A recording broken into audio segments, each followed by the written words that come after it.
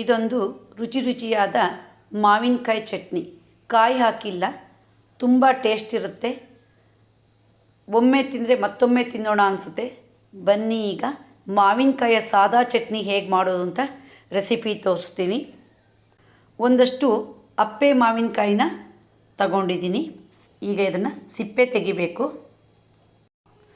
ಮಾವಿನಕಾಯಿ ಸಿಪ್ಪೆ ತೆಗೆದು ಅರ್ಧ ಭಾಗ ಮಾಡಿ ಇಟ್ಕೊಂಡಿದ್ದೀನಿ. ಕುಸುಮ ಇದೆ, ಕುಸುಮವನ್ನು ತೆಗೆದು ಸಣ್ಣ ಹೆಚ್ಕೋಬೇಕು.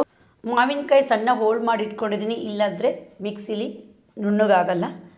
10 ಜೀರಿಗೆ ಮೆಣಸು ಇಟ್ಕೊಂಡಿದ್ದೀನಿ, ರುಚಿಗಾಗಷ್ಟು ಉಪ್ಪು ಇಟ್ಕೊಂಡಿದ್ದೀನಿ, 1/4 ಚಮಚ ಹಿಂಗೆ ಇಟ್ಕೊಂಡಿದ್ದೀನಿ, ಸಾಸಿವೆ ಕಾಳು 1/4 ಚಮಚ ಹಾಕಿದ್ದೀನಿ.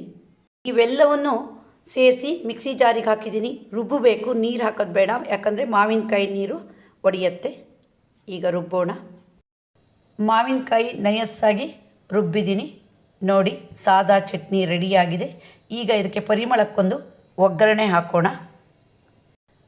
ಒಲೆ ಮೇಲೆ ಒಗ್ಗರಣೆ ಸೋಟಿಟ್ಟಿದ್ದೀನಿ. 2 ಸ್ಪೂನು ಕೊಬ್ಬರಿ ಎಣ್ಣೆ ಹಾಕ್ತೀನಿ, ಸ್ವಲ್ಪ ಒಣಮೆಣಸು ಹಾಕ್ತೀನಿ. ಈಗ ಸಾಸಿವೆ ಕಾಳು 1 ಸ್ಪೂನ್ ಹಾಕ್ತೀನಿ. ಸ್ವಲ್ಪ ಸಾಸಿವೆ ಕಾಳು ಸಿಡಿಬೇಕು. ಈಗ ಗ್ಯಾಸ್ ಆಫ್ ಮಾಡೋಣ. ಒಗ್ಗರಣೆ ತೆಗೆದು ಚಟ್ನಿಗೆ ಹಾಕೋಣ.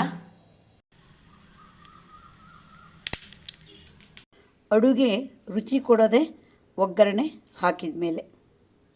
ಹೀಗೆ ಒಗ್ಗರಣೆ ಸೌಟನ್ನು ಕವುಚಿ ಬಿಡಬೇಕು. ಪರಿಮಳ ಪೂರ್ತಿ ಚಟ್ನಿ ಒಳಗೆ ಇರುತ್ತೆ. ಇದು ಸಹಿತ ನಮ್ಮ ಅಜ್ಜಿ ನನಗೆ ಹೇಳ್ಕೊಟ್ಟಿದ್ದು. ಈಗ ನೋಡಿ, ಕಾಯಿ ಹಾಕದೆ ಚಟ್ನಿ ರೆಡಿ ಮಾಡಿದ್ದೀನಿ. ನೀವು ಊಟ ಮಾಡಬೇಕಾದ್ರೆ ಇದನ್ನು 1 ಸ್ಪೂನ್ ಹಾಕ್ಕೊಂಡ್ರೆ 1 ಮುಷ್ಟಿ ಅನ್ನ ಕಲಿಸ್ಬೋದು. ಈ ಮಾವಿನಕಾಯಿ ಸಾದಾ ಚಟ್ನಿಲಿ ಹುಳಿ ಮತ್ತು ಖಾರ ಸ್ವಲ್ಪ ಸ್ಟ್ರಾಂಗ್ ಇದೆ. 1 ಸ್ಪೂನಿಗೆ 1 ಮುಷ್ಟಿಯಷ್ಟು ಅನ್ನ ಕಲಿಸ್ಕೊಂಡು ಉದುರಾಗಿ ಊಟ ಮಾಡುವಂಥ ಚಟ್ನಿ ಇದು. ಈ ಚಟ್ನಿ ತುಂಬ ಖಾರ ಅನಿಸಿದರೆ 3 ರಿಂದ 4 ಸ್ಪೂನು ಉಪ್ಪು ಹಾಕಿ ಕಾಯಿನ ರುಬ್ಬಿ ನಂತರ ಈ ಚಟ್ನಿನ ಮಿಕ್ಸ್ ಮಾಡಿ. ಹೀಗೆ ಮಿಕ್ಸ್ ಮಾಡಿದ ಚಟ್ನಿ ಸ್ವಲ್ಪ ಸಪ್ಪೆ ಇರುತ್ತೆ, ಇಡ್ಲಿಗೆ ಬಹಳ ರುಚಿಯಾಗುತ್ತೆ. ನೋಡಿ, ಈ ಥರ ಚಟ್ನಿ ಮಾಡಿ ಫ್ರಿಜ್ಜಲ್ಲಿ ಇಟ್ಕೊಬೋದು. ಈ ಥರ ಚಟ್ನಿ ಮಾಡಿ ಬಾಕ್ಸಿಗೆ ಹಾಕಿ ಫ್ರೀಝರಲ್ಲಿ ಇಟ್ಟರೆ 6 ತಿಂಗಳವರೆಗೂ ಹಾಳಾಗಲ್ಲ.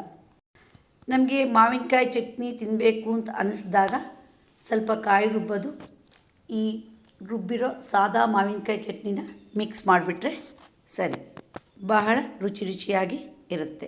ಒಂದು ಸೀಸನಲ್ಲಿ ಮಾವಿನಕಾಯಿ ಸಿಕ್ಕಿದಾಗ ಅದನ್ನು ಹೀಗೆ ತಂದು ಚಟ್ನಿ ಮಾಡಿಟ್ಕೊಂಡ್ರೆ ನಾವು ಬೇಕನ್ನಿಸ್ದಾಗೆಲ್ಲ ಊಟ ಮಾಡ್ಬೋದು. ನೋಡಿದ್ರಲ್ಲ ಈ ವಿಡಿಯೋ. ನಿಮ್ಗೆ ಇಷ್ಟ ಆದರೆ ಲೈಕ್ ಮಾಡಿ, ಶೇರ್ ಮಾಡಿ, ಸಬ್ಸ್ಕ್ರೈಬ್ ಮಾಡಿ, ಕಮೆಂಟ್ ಬಾಕ್ಸಲ್ಲಿ ಕಮೆಂಟ್ ಹಾಕಿ. ಮುಂದಿನ ವಿಡಿಯೋಕ್ಕಾಗಿ ಕಾಯ್ತಾ ಇರಿ. ಧನ್ಯವಾದಗಳು.